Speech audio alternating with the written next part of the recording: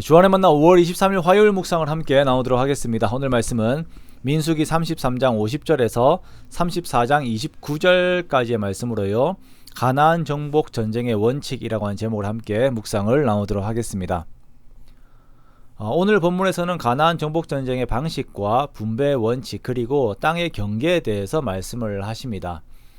우리가 그 신앙생활을 하면서 가지는 조금은 잘못된 생각들 중 하나가 내가 하나님께 순종하고 하나님의 말씀을 잘 들으면 마치 옛날 이야기들 속에서 나오는 내용들처럼 내가 수고를 하지 않아도 그냥 주어지는 그러한 평안하고 형통한 삶의 축복들이 뚝뚝 떨어질 것이다 라고 우리가 생각을 하는 것입니다. 그래서 많은 성도들이 그리고 젊은이들이 현장에 나가서 말씀으로 싸우는 것이 아니라 교회 안에서만 사는 경우들이 있어요. 그렇게 내가 교회 일을 열심히 하면 알아서 모든 것이 잘 될 것이다 라고 생각을 합니다. 그렇게 교회를 향한 헌신은 세상 일이 잘 풀리게 되는 열쇠와 같은 것이다 라고 생각을 하게 되는 경우들이 있다는 것입니다. 우리는 여기에서 조금 더 적극적인 모습을 가져야 합니다. 우리는 세상을 마주해야 하고 여러 불합리한 것들과 싸워야 하고 그곳에서 그리스도의 이름으로 말씀에 순종함으로 나에게 주어진 지경을 거룩하게 바꾸어서 그곳을 내가 차지해야 합니다. 오늘 말씀에서 하나님께서는 이스라엘 백성들이 들어갈 가나안 땅의 백성들이 하나님의 능력으로 인하여 두려워하며 다 떠난 빈 곳에 이스라엘 백성들이 들어가게 될 것이다 라고 하지 않으셨습니다. 하나님은 그 땅의 원주민들을 너희 앞에서 다 몰아내라 라고 이스라엘 백성들에게 직접 명령을 하셨어요. 그리고 그 안에 있는 새긴 석상과 부어 만든 우상을 다 깨뜨리며 산당을 다 헐고 그 당을 점령하여 거기에 거주하라 라고 말씀하십니다. 즉 정복을 위한 적극적인 행위가 있어야 하는 것입니다. 이 말씀 안에서 우리는 우리의 삶을 바라보는 관점을 가지게 됩니다. 내가 불평하고 있는 나의 삶, 내가 마주하면서 힘들어하고 있는 나의 삶은 내가 하나님 안에서 정복해야 하는 지경입니다. 그런데 어떻게 정복을 합니까? 그 안에 있는 원주민들과 우상들을 몰아내는 것이에요. 자, 이것이 꼭 우리 주변에 있는 사람들을 적대시하라 그런 말이 아닙니다. 우리들은 죄와 싸웁니다. 우리들은 보이지 않는 공중의 권세 잡은 자들과 싸웁니다.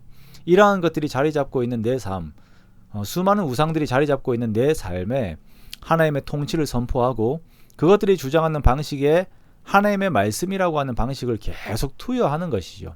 그렇게 내 삶에 하나님을 거부하는 것들을 제거하고 그 자리를 정복해 나아가는 것입니다. 우리들의 삶을 보면 참 단조로운 것 같지만 또 그 안에 많은 카테고리들이 있습니다. 나의 개인의 시간들, 경건의 시간, 취미와 기호의 영역들, 직장과 일에 대한 영역, 가족에 대한 영역, 인간관계에 대한 영역 등 많은 영역들이 있죠. 이 모든 곳들이 하나님의 말씀으로 정결하게 되어 나에게 주어진 땅이 되게 해야 합니다. 땅이 주어진다라고 하는 것은 그곳에서 주어지는 것으로 공급을 받고 사는 것을 의미하는 것입니다. 내 삶의 부분들 그리고 영역들이 하나님의 온전한 통치를 받을 때에 우리는 그것에서부터 삶을 살아갈 수 있는 힘을, 그 에너지를 공급받습니다.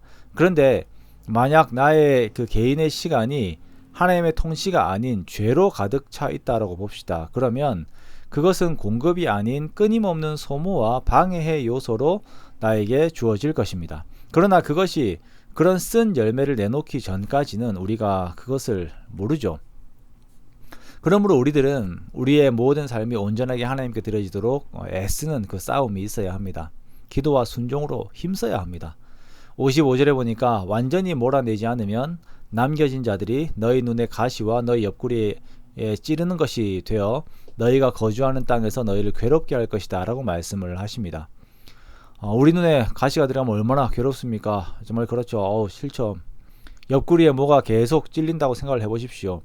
매일의 삶이 그러하다면 그것만큼 이렇게 죄가 동반되는 삶은 우리에게 큰 고통을 이렇게 함께 가져다 주는 것입니다.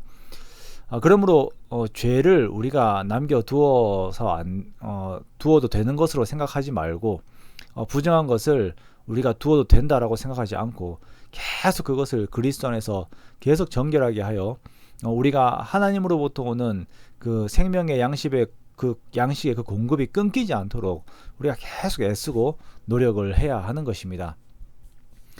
이스라엘 이후의 그 모습을 보면 안타깝게도 이 말씀을 온전히 순종하지 못함으로 인하여 계속적으로 죄의 영향력 속에 있고 그 지배 가운데 있음을 보게 됩니다. 죄가 공동체와 개인을 지배하게 되면 그 안에서 하나님의 선한 통치와 은총과 그 공급을 받지 못하게 돼요. 그러면 계속 허덕이게 되는 것입니다.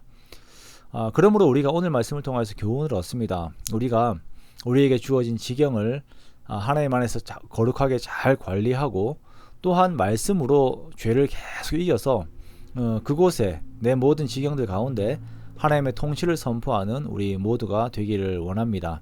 그렇게 매일의 삶을 우리가 이겨서 정말 하나님의 선하신 다스림의 은혜를 끊임없이 누리는 저와 여러분의 복된 삶이 되시기를 주님의 이름으로 축원합니다.